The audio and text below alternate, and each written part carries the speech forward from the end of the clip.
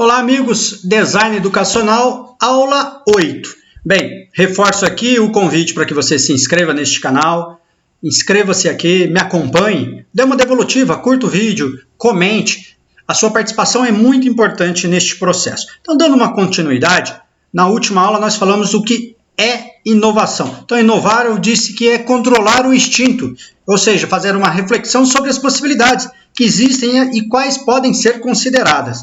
Então, eu fiquei de trazer o que é Tec9, ou seja, é o modo de desenvolver uma tarefa, uma ideia, é o que vai gerar possibilidades e que podem ser consideradas, ou seja, é colocar em prática.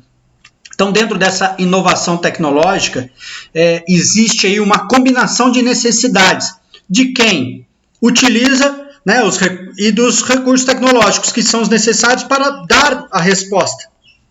Então, a partir daí, a gente pensa, ideias são fáceis, a implementação é o mais difícil. Você concorda? O que você acha disso? Então, observar uma fotografia escolar antiga, nós notamos que a sala de aula é muito parecida com as dos dias de hoje, em tempos tão tecnológicos. Isso te preocupa? E aí? Então, vamos olhar uma foto da década de 40 e uma foto atual. Dentro desse modelo, sabemos que as ideias são fáceis, a implementação é o mais difícil.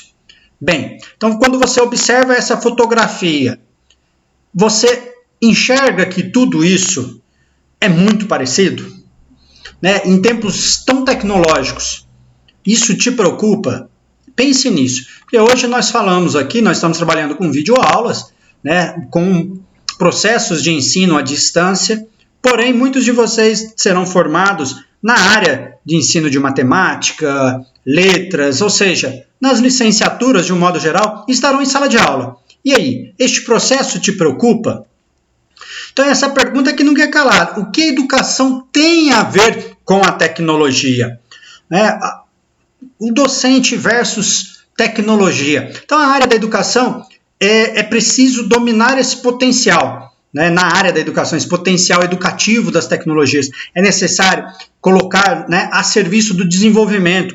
Também é muito importante ter um projeto pedagógico que vise, que vá ao encontro da construção de uma autonomia acadêmica, a formação, o exercício para a cidadania. Então, assim, respondendo esta ideia, o que as ideias são fáceis, a implementação é o mais difícil. Você concorda? Então, nós entendemos o que? Eu entendo que é preciso organizar o espaço de aprendizagem, implementar novas tecnologias, trabalhar com ferramentas, estabelecer alternativas pedagógicas. Fomos surpreendidos com este período pandêmico do coronavírus, da qual trouxe para os professores o desafio de sair daquele modelo tradicional de sala de aula e trabalhar com as tecnologias. Então, é aprender para ensinar, ensinar para aprender. E este é o local. Né? As aulas virtuais, este processo de videoaula, esse processo de ensino-aprendizagem é o local correto. Então, entre essas ferramentas para empreendedores, nós temos aí uma série delas dentro da área da inovação. Eu trago aqui para vocês o TRIZ, né, para a geração de ideias, que nesse brainstorming guiado, você pode utilizar de cartas, soluções prontas, que você vai trabalhar aí os desafios para que o time encontre as soluções, né, possa encontrar as soluções inovadoras.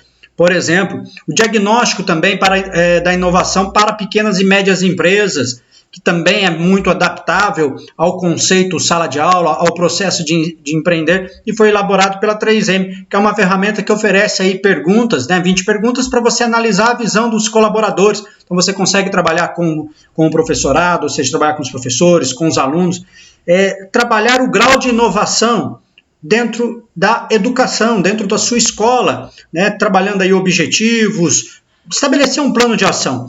Os 4 P's da gestão da inovação para as PMEs, ou seja, você pode trabalhar nas áreas de decisões com propósito, processo, pessoas e políticas, das quais você vai trazer isso para o campo acadêmico, para o conceito sala de aula, para o conceito de empreender, para você considerar e fortalecer a sua capacidade de inovação dentro do seu negócio.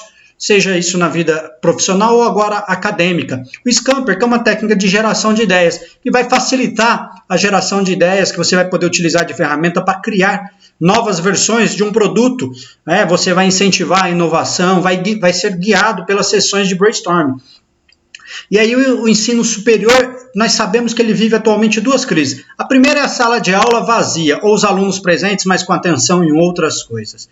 A segunda é a incapacidade de entender, de atender, academicamente os excluídos. Então, portanto, um modelo de universidade que cria conhecimento e dissemina para poucos já não se sustenta mais. Isso é fato. E nós sabemos que a universidade ela vai ter que se reinventar, alterando aí a sua abordagem pedagógica, o conceito de sala de aula, a infraestrutura física e tecnológica, adotando métodos inovadores que tragam para nós ideias para fortalecer o processo de ensino e de aprendizagem. Então, assim, nós temos aí como exemplo a sala de aula invertida, que tanto a Unesco quanto os parâmetros curriculares trazem para nós que são as propostas de métodos alternativos, que vai explorar a colaboração, a investigação, o fazer, modelos mais adequados ao período atual, a qual vivemos. Então, nós temos aí que a oportunidade de organizar os espaços de aprendizagem que já extrapolam os momentos de sala de aula, que vai poder adaptar ao perfil dos alunos que estão conectados e os desinteressados, ao modelo de uma aula passiva, ou seja, a tradicional.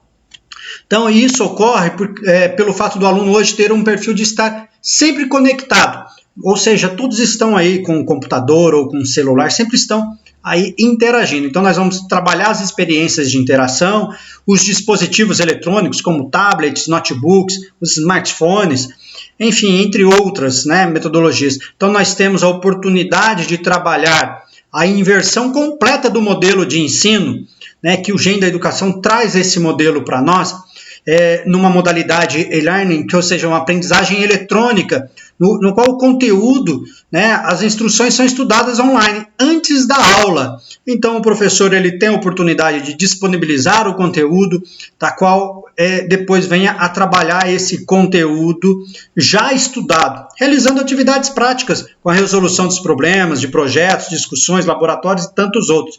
Então, para a gente implementar uma sala de aula, nós temos que, sala de aula invertida, nós temos que considerar 4 ações fundamentais, que é realizar um planejamento prévio, ou seja, tem que ter esse planejamento do que vai acontecer, produzir os materiais que serão disponibilizados aos alunos, encorajar os estudantes a se tornar mais ativo nessa aprendizagem, ou seja, assistir o conteúdo, utilizar o conteúdo, estudar o conteúdo. E o meu desafio aqui, por exemplo, é incentivar que você assista essa videoaula e as demais até o final, por exemplo.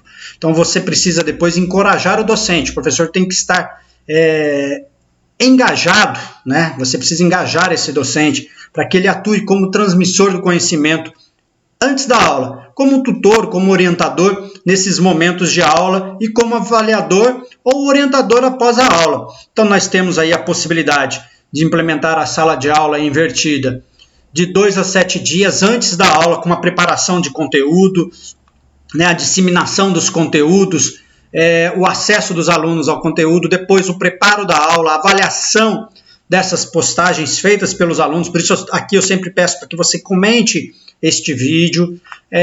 Durante a aula os professores esclarecem dúvidas apresentadas pelos alunos, a realização de atividades durante o processo de aula, e depois da aula, a avaliação, o planejamento do novo tópico, ou seja, a revisão dos conteúdos.